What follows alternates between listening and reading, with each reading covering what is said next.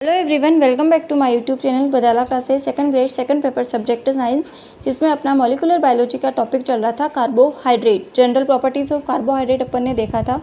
फिर देखा था मोनोसेकेराइड्स, ओलिगोसेकेराइड्स और डाइसेकेराइड्स। डाइसेकेराइड्स एक ट्रिक अपन ने देखी थी, लिमिट्स, कि कौन कौन से डाइसेकेराइड्स होते हैं और कौन रिड्यूसिंग शुगर होती हैं, कौन नॉन रिड्यूसिंग शुगर होती हैं। आगे अपन को देखना है पॉलीसेकेराइड्स। पॉलीसेकेराइड का मतलब क्या होता है? पॉली 10 से ज़्यादा जो मोनोसेकेराइड यूनिट्स होती हैं वो ग्लाइकोसाइडिक बॉन्ड से जुड़ करके जिस कार्बोहाइड्रेट का फॉर्मेशन करती हैं उसको कहते हैं पॉलीसेकेराइड्स। बहुत सारे यूनिट्स का जब मिल करके कार्बोहाइड्रेट का निर्माण करेगी तो उसको कहेंगे polysaccharides.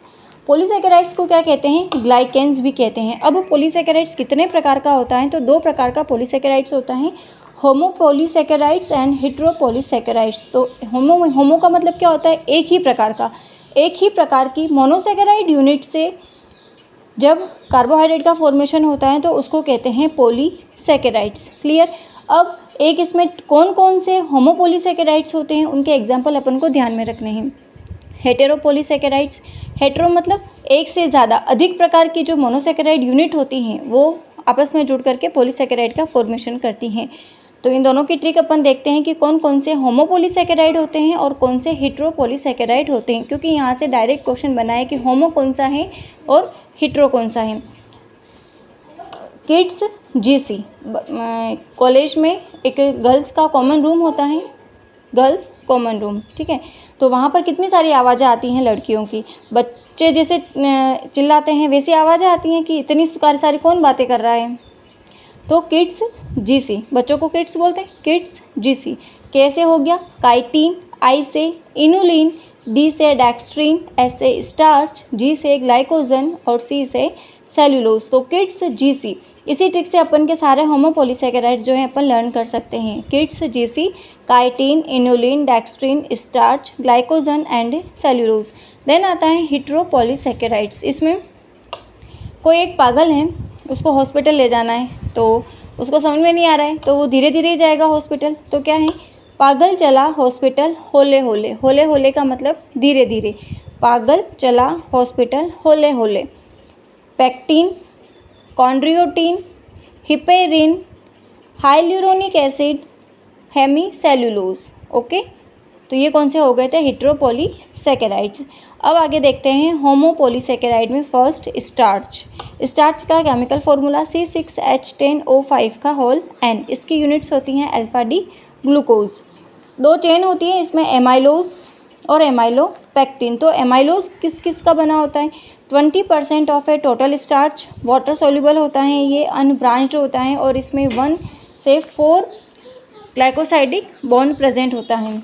Colour with iodine solution के साथ में ये ब्लू कलर का शो करता है। सेकंड आता है amylopectin, 80% of A total starch. Total starch का 80% पार्ट होता है एमाइलोपेक्टिन का। ये वाटर सोल्यूबल होता है, ये ब्रांच्ड होता है, शाखित होता है। 1 से 4 and 1 to 6 glycosidic bond present होता है। आयोडीन सॉल्यूशन के साथ ये रेड कलर देता है। तो ये स्टार्च अपना कंप्लीट है। कभी कभी सिर्फ ये मॉलिक्यूलर फार्मूला से भी पूछा जाता है कि ये किसका फॉर्मूला है। C6H10O5 का होल N स्टार्च। सेकंड आता है ग्लाइकोजन। इसकी यूनिट होती हैं अल्फा डी ग्लूकोज। संरचनात्मक रूप से स्टार्च की एमाइलोपेक्टिन चेन के ये समान होता है। ग्लाइकोजन को एनिमल स्टार्च कहते हैं। Alpha 14 and alpha 6 glycosidic linkage इसमें प्रेजेंट होता है। आयोडीन सॉल्यूशन के साथ में ये रेड कलर शो करता है। एनिमल का संचित भोजन होता है ग्लाइकोजन। थर्ड आता है सेल्यूलोज। इसकी यूनिट बीटा डी ग्लूकोज होती है। सेलवाल का मेन कंपोनेंट होता है cellulose. Beta 14 glycosidic linkage present होता है। आयोडीन सॉल्यूशन के साथ में ये कोई कलर नहीं देता है। वुड में 50% सेल्यूलोज होता है, जबकि जो कॉटन होती है उसमें 90% सेल्यूलोज प्रेजेंट होता है। मोर देन 90% जो कॉटन होती हैं उसमें। काइटिन, इसकी यूनिट पूछी गई है सेकेंड ग्रेड में। काइटिन के units N acetyl D glucosamine. यह जो होता है कवक जो होती हैं फंजाई, उसकी सेलवाल का मुख्य कंपोनेंट होता है। अर्थोपोडा जो होता है उसका एक्सोस्केलेटन जो बाह्य कंकाल होता है वो काइटिन का बना हुआ होता है। मोस्ट इंपॉर्टेंट, काइटिन में नाइट्रोजन प्रेजेंट होता है। इनुलिन, इसकी यूनिट होती हैं फ्रक्टोज, जो फ्रूट शुगर होती है, सर्वाधिक मीठी शुगर। इनुलिन अपवाद स्वरूप एक ऐसा पॉलीसेकेराइड है जो जल में क्या होता है, सॉल्युबल होता है और कैसा होता है, स्वाद में मीठा होता है। सर्वाधिक मीठी शर्करा, फल शर्करा किसको कहते हैं, फ्रक्टोज को। तो इसकी यूनिट, इनुलिन की यूनिट क्या होती है, फ्रक्टोज। और ये जो इनुलिन होता है डहेलिया तथा आर्टिचेक पादपों की रूट्स में संचित भोजन होता है। फिर आता है 6 dextrin. Dextrin is a homopolysaccharide, starch and glycogen के डाइजेशन में एक इंटरमीडिएट के रूप में बनता है। स्टार्च एंड ग्लाइकोजन हाइड्रोलाइसिस होता है डेक्स्ट्रिन का, 2 सब यूनिट में डिवाइडेड होता है, माल्टोज एंड ग्लूकोज। तो माल्टोज की वापस यूनिट्स कौन सी होती हैं, ग्लूकोज के 2 मोल। यीस्ट एंड बैक्टीरिया जो होता है उसमें संचित भोजन का रूप होता है डेक्स्ट्रिन। ओके, यीस्ट और बैक्टीरिया में संचित फूड कौन सा होता है, डेक्स्ट्रिन। ये अपना जो होमोपोलीसेकेराइड्स था वो मेन कंप्लीट किया है अपन ने। फिर आता है हेट्रोपोलीसेकेराइड्स। तो इसके मेन जो हाइल्यूरोनिक एसिड है और कॉन्ड्रियोटिन, उसको अपन देख लेते हैं।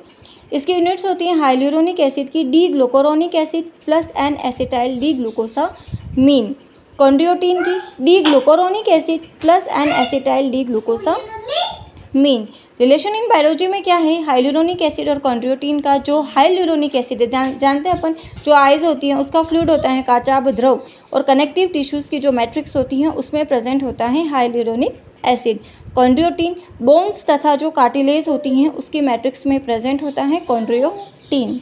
पहले अपन ने पढ़ा था मसल्स वगैरह ये सारा, bone. Heparin D glucuronic acid plus N sulphate D glucosamine. यह जो हिपेरिन होता है ये भी पूछा हुआ क्वेश्चन से, जब अपन ब्लड कोगुलेशन की पूरी प्रोसेस पढ़ेंगे उसमें पूरा पढ़ेंगे कि किस प्रकार से फाइब्रिनोजन, हिपेरिन, फाइब्रोइन ये सारे काम करते हैं। तो हिपेरिन जो होता है नेचुरल एंटी ब्लड कोगुलेंट होता है, हिपेरिन मोस्ट इंपॉर्टेंट है।